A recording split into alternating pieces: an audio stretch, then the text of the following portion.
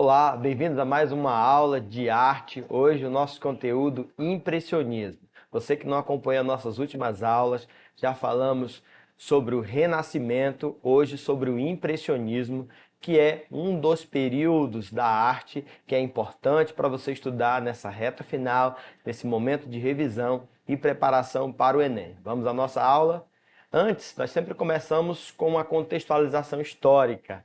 A arte e a literatura sempre estão marcados ali na história da humanidade e há sempre uma datação e é importante você relacionar naquilo que eu comentei nas últimas aulas, que nós chamamos de intertextualidade, das inferências, você associar a nossa disciplina, o nosso conteúdo, os objetos do conhecimento, às outras áreas do conhecimento também. Vamos lá.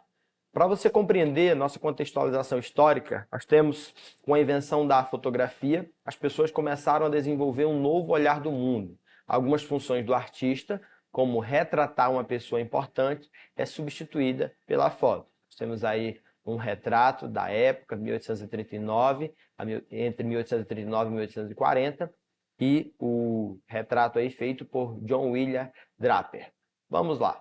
Marcados pela invenção da fotografia, os impressionistas, que estamos conhecendo agora, viram-se livres das convenções da pintura tradicional, que buscava a perfeição naturalista. A máquina substituía o homem em diversas coisas, temos o surgimento das fábricas e produções em série. É importante lembrar que esses períodos artísticos ou esses movimentos artísticos se assemelham muito ou vão se encaixar ou se relacionar àquilo que na literatura nós chamamos ali as vanguardas europeias. Toda arte, toda literatura, toda produção artística moderna, e é importante você ter essa percepção, já que a nossa prova é a prova de linguagens, eu tenho ali no plural justamente porque são múltiplas linguagens. Você precisa sempre estar relacionando uma coisa a outra. E quando nós falamos desses movimentos do Renascimento e do Impressionismo, conteúdo desta aula, nós estamos falando de períodos artísticos e literários, artísticos e também literários, que contribuíram para a formação daquilo que temos hoje como arte, como cultura, correto? Vamos lá? Ingres, aí temos alguns nomes de os nomes mais fortes desse período artístico, tá bom? Do impressionismo. Ingres admirava a antiguidade clássica, Delacroix era revolucionário e para ele o sentimento e a cor eram mais importantes que o traço. Millet retrata trabalhadores com dignidade. Colbert defende a liberdade através do realismo contra as convenções da Academia de Arte. Então, nós temos todos eles, característica comum desses artistas, todos buscaram a experimentação, abrindo as portas para o impressionismo. Você que está com papel e caneta na mão, faça suas observações aí desta definição do que seria então o impressionismo. O impressionismo é um movimento do final do século XIX e que impulsionou as tendências da arte do século XX.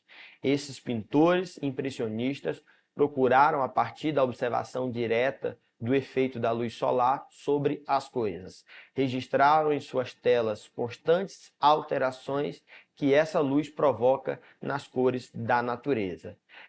Esse é um momento que nós vamos perceber que os artistas, diferente de outros, eles não mais estão nos ateliês, eles estão em espaços livres, observando o espaço ao seu redor, justamente por causa dessa preocupação ou desse olhar para a questão da luminosidade, que é uma característica que eles observam aí a partir do surgimento da fotografia.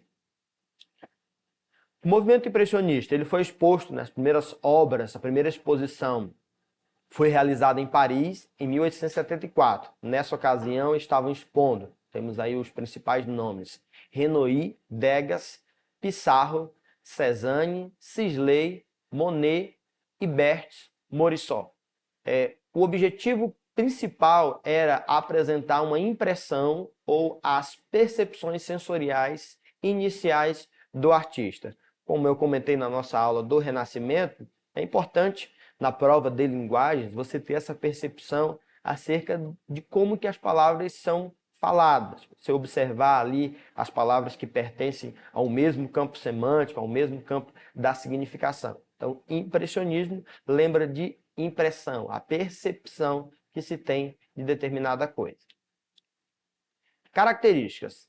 As tonalidades que os objetos adquirirem ao refletir a luz solar em diferentes horas.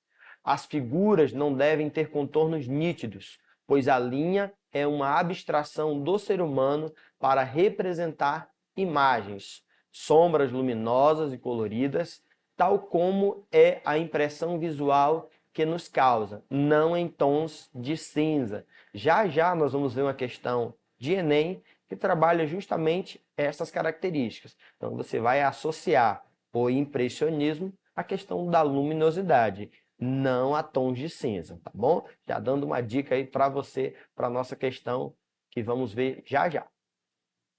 Os contrastes de luz e sombra de acordo com a lei das cores complementares. As cores e tonalidades não devem ser obtidas pela mistura das tintas na paleta do pintor, diferente de outros períodos artísticos ou de outras manifestações. Devem ser puras e dissociadas nos quadros em pequenas pinceladas.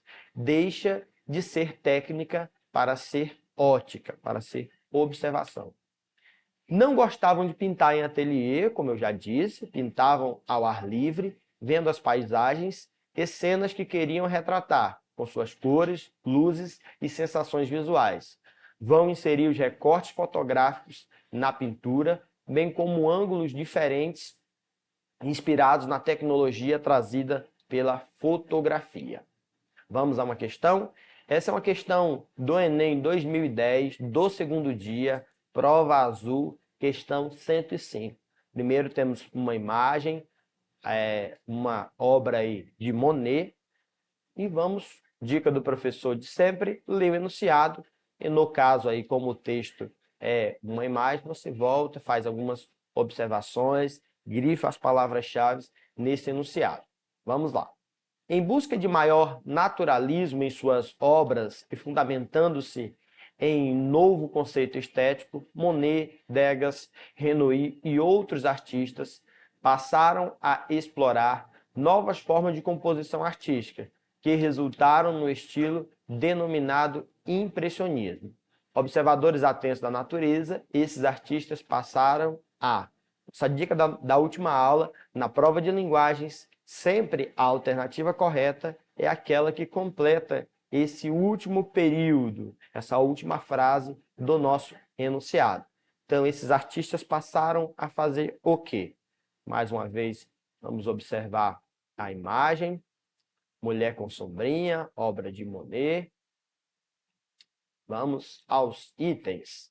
Letra A. Retratar em suas obras as cores que idealizavam de acordo com o reflexo da luz solar nos objetos. Letra B. Usar mais a cor preta, fazendo contornos nítidos, que melhor definiam as imagens e as cores do objeto representado. Retratar paisagens em diferentes horas do dia, recriando em suas telas as imagens por eles idealizadas. Letra D. Usar pinceladas rápidas de cores puras e dissociadas diretamente na tela, sem misturá-las antes na paleta. Letra E.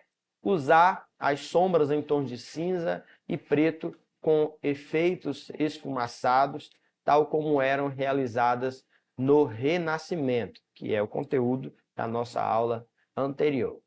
Temos A, B, C, D ou E. Tira um print da tela, pausa o vídeo, tira uma foto. E temos letra D.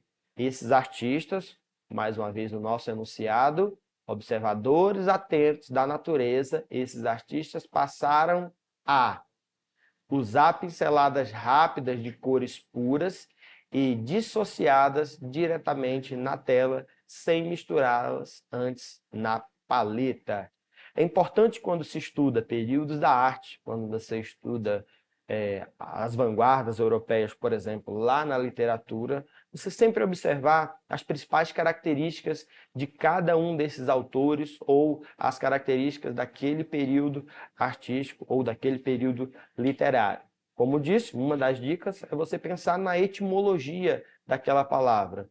O renascimento, nascer de novo. O impressionismo, provocar uma impressão, um olhar, uma visão. Olhar, visão, já lembra luz, claridade. E daí, nesse período que você está estudando, nesse período de preparação e revisão para o Enem, é importante sempre o papel e caneta na mão e a observação dessas principais características, tá bom? Mas até a nossa próxima aula, continue estudando e se preparando para o Enem.